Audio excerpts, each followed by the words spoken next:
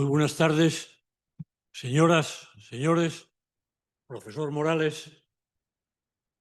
Se me nombra gerente de una empresa que parte con un patrimonio negativo de 45 millones, digo minutos.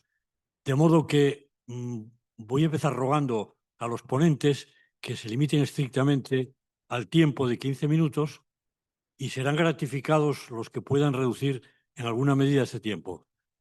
Sin más, y para dar ejemplo, empiezo con mi tema, que es Ciencia y Técnica en el Museo Marítimo de Asturias. Este museo es un museo pequeño, en una entidad geográfica pequeña, pero quizá con unas expectativas que no se corresponden con esa dimensión.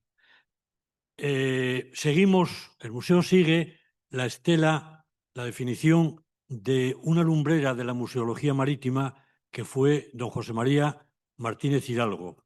Este señor, ante la opinión generalizada de que los museos marítimos forman parte de los museos de historia, combatió esta postura con una mucho más integral y global. Efectivamente, un museo marítimo es un museo de historia, pero también de ciencia y técnica, de arqueología, de etnografía, de biología, de artes populares, etc.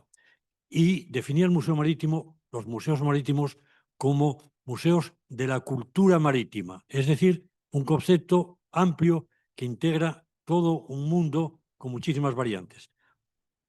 Nuestro museo pretende seguir esa estela, aunque con unas limitaciones importantísimas, que son el espacio y el presupuesto.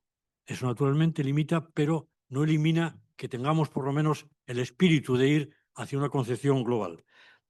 ¿En qué se materializa esta presencia de ciencia y técnica en un museo marítimo? Pues, en primer lugar, todo lo referido al buque ya comporta unas dimensiones inabarcables. El propio buque, barco, vaso, como llamaban los clásicos, desde su nacimiento, desde el trazado inicial, ya está vinculado con la ciencia. El ingeniero que diseña una embarcación, un barco, tiene que cuidar, de principio, flotabilidad, estanqueidad, estabilidad, navegabilidad, todo eso vincula su actuación con estrictas normas de la física. Hay que remontarse a Arquímedes para plantear la vinculación de la construcción de una embarcación con principios de la física. De forma inseparable con las formas está la propulsión. Un barco, una embarcación, puede ser propulsada a remo, con lo cual estamos ante una aplicación de la ley de la palanca, a vela, con la complejidad que significa un aparejo que se basa sobre todo en una cuestión, en que el viento, que es el propulsor, ejerce una presión sobre las velas en un doble sentido, de empuje y de succión. Eso es física pura. Manejar un barco de vela con una complejidad que no podemos imaginar, no me refiero a un barco de vela deportivo con una sola vela, sino, por ejemplo, a tipos complejos como la corbeta, la fragata, el bergantín-goleta, que precisan un número de personas muy grande para hacer acciones que se vinculan con una sola motivación: dominar y aplicar el viento en una dirección o con una finalidad determinada. La maquinaria aplicada a la navegación, que llegó con el vapor, los barcos de hélice, de nuevo nos ponen otra vez citando a Arquímedes, el tornillo que él llamó en la antigüedad, que no es otra cosa que la hélice actual. ¿Cómo se mueve esa hélice? Primero con una máquina de vapor que nos habla lo mismo: combustión, presión, pistones, expansión, etc. Estamos otra vez ante aplicaciones de la ciencia y de la tecnología. Después del vapor llega el motor de combustión interna, motor de explosión, de gasóleo, de fuel oil, etc. Todo eso para mover la propulsión a hélice de los barcos. No se acaba aquí todavía.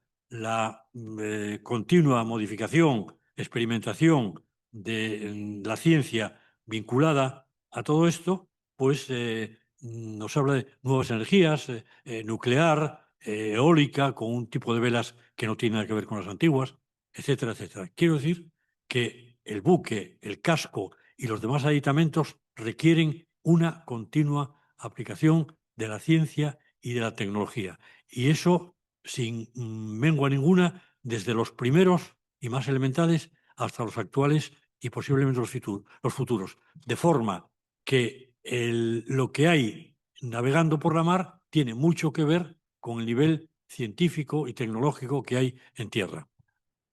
Después del casco, había que hablar de todas las partes interiores y sobre todo de una sección muy importante, que son los instrumentos de navegación.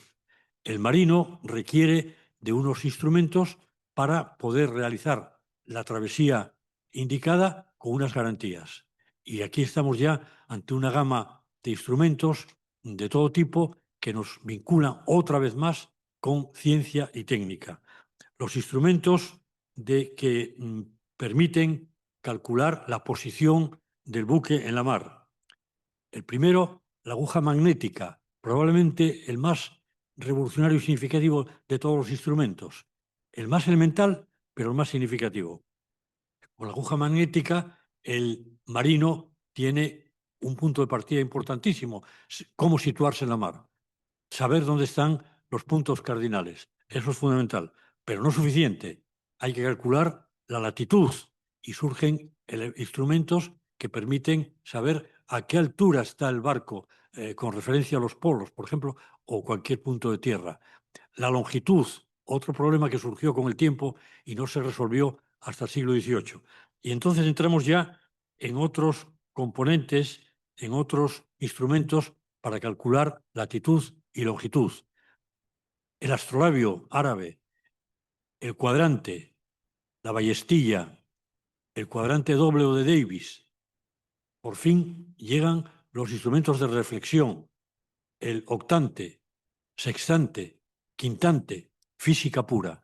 Con ellos y con otra ciencia más, la astronomía, el marino es capaz de determinar cuál es el rumbo, la dirección correcta que debe tomar su nave. Tampoco acaba aquí el tema, porque hay que medir el tiempo. La ampolleta primero, el cronómetro después y el cronómetro atómico más tarde dieron una información sucesivamente con mayor precisión. Hay que medir la velocidad. Por lo tanto, las correderas dieron solución a este problema. Correderas, primero, digamos, manuales, con una barquilla de flotación que permitía hacer cálculos inmediatos. Pasaron luego a correderas mecánicas, hasta las atómicas, que ya dan una precisión total. La profundidad, el escandallo inicial dio lugar a las ondas que continuamente se fueron perfeccionando y haciéndose cada vez más precisas. Los fenómenos meteorológicos. Hubo un tiempo, muchísimos años, en que el marino no tenía a bordo nada y durante otros muchos tantos solamente el barómetro. Hoy hay previsiones de tiempo por satélite que hacen prácticamente imposible desconocer cualquier fenómeno hasta a pocos metros por delante. Las radiocomunicaciones, la telegrafía sin hilos, la radio, el teléfono, orientación respecto a tierra, los taxímetros, el radiogoniómetro, obstáculos en la mar, el radar. Todo esto es propio, efectivamente, de un museo, en el pleno sentido de la palabra, porque hoy hay un elemento que es el sistema de posicionamiento global, el GPS, que prácticamente elimina la necesidad de todos los anteriores. Pero estamos ante una pregunta. Efectivamente, un GPS nos soluciona todos los problemas. ¿Hay que prescindir de todos los demás? O, por lo menos, ¿hay que prescindir del aprendizaje de manejo de todos los demás? Pues cualquier máquina hoy de bolsillo o de reloj nos hace cálculos matemáticos. ¿Hay que dejar de utilizar la tabla de multiplicar? Pues sería una pregunta parecida.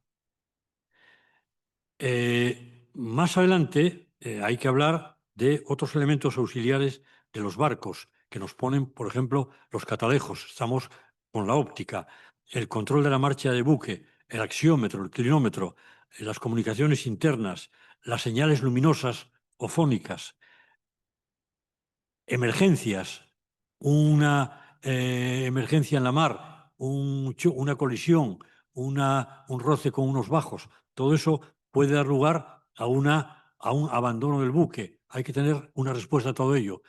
¿Cómo se puede hacer un inmediato abandono del buque con seguridad?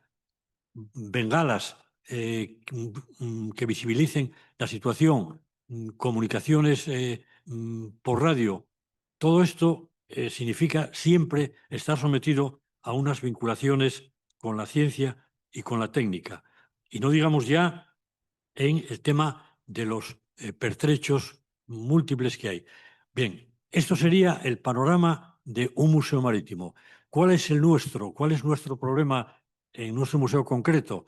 Lo dicho antes, limitaciones de espacio y de presupuesto. Por eso, lo que el Museo Marítimo plantea como una de sus señas de identidad es todo esto, pero vinculado a la pesca y a la carpintería de ribera. Es decir, el micro de toda esta complejidad marítima. Y una parte muy importante del museo, que algunos van a ver el próximo sábado, es cómo se aplican estos principios de forma empírica a la carpintería de ribera. Cómo se construye una embarcación de 8, 10, 20 o 30 metros con la misma precisión que puede un ingeniero buscar una construcción de una embarcación de 100 o 200 o más metros.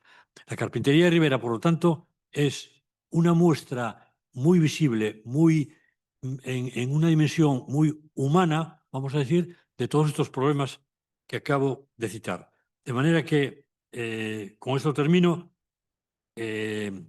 estudio, experimentación, ingenio, es decir, herramientas propias de la ciencia y de la técnica deben estar presentes en un museo marítimo y en el nuestro y lo intentamos con nuestras disponibilidades. Y con esto acabo de regalar 5 minutos a la organización. Muchas gracias por la atención.